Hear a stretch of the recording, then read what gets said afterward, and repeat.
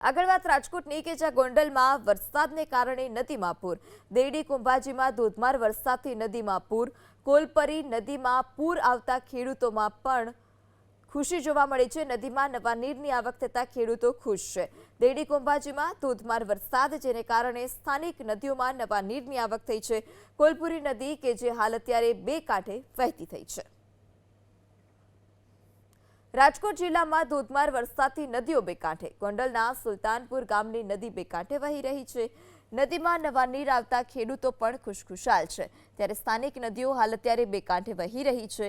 ખેડૂતો ખુશ છે, સિંચાઈના માટે ખેડૂતોએ પાણી માટે વલખા નહીં મારવા પડે। ત્યારે ગોંડલના સુલતાનપુર ગામની નદી કે જે બે કાંઠે વહી રહી છે, નદીમાં પાણીનો પ્રચંડ પ્રવાહ જોવા મળી રહ્યો છે। નવા નીર આવતા ખેડૂતોમાં ખુશી જોવા મળી। ત્યારે 3 ઇંચ વરસાદથી મોરબીમાં જળબંબાકાર, મોરબીના અનેક વિસ્તારોમાં પાણી ભરાયા છે। શનાળા રોડ સહિતના વિસ્તારોમાં પાણી ભરાયા।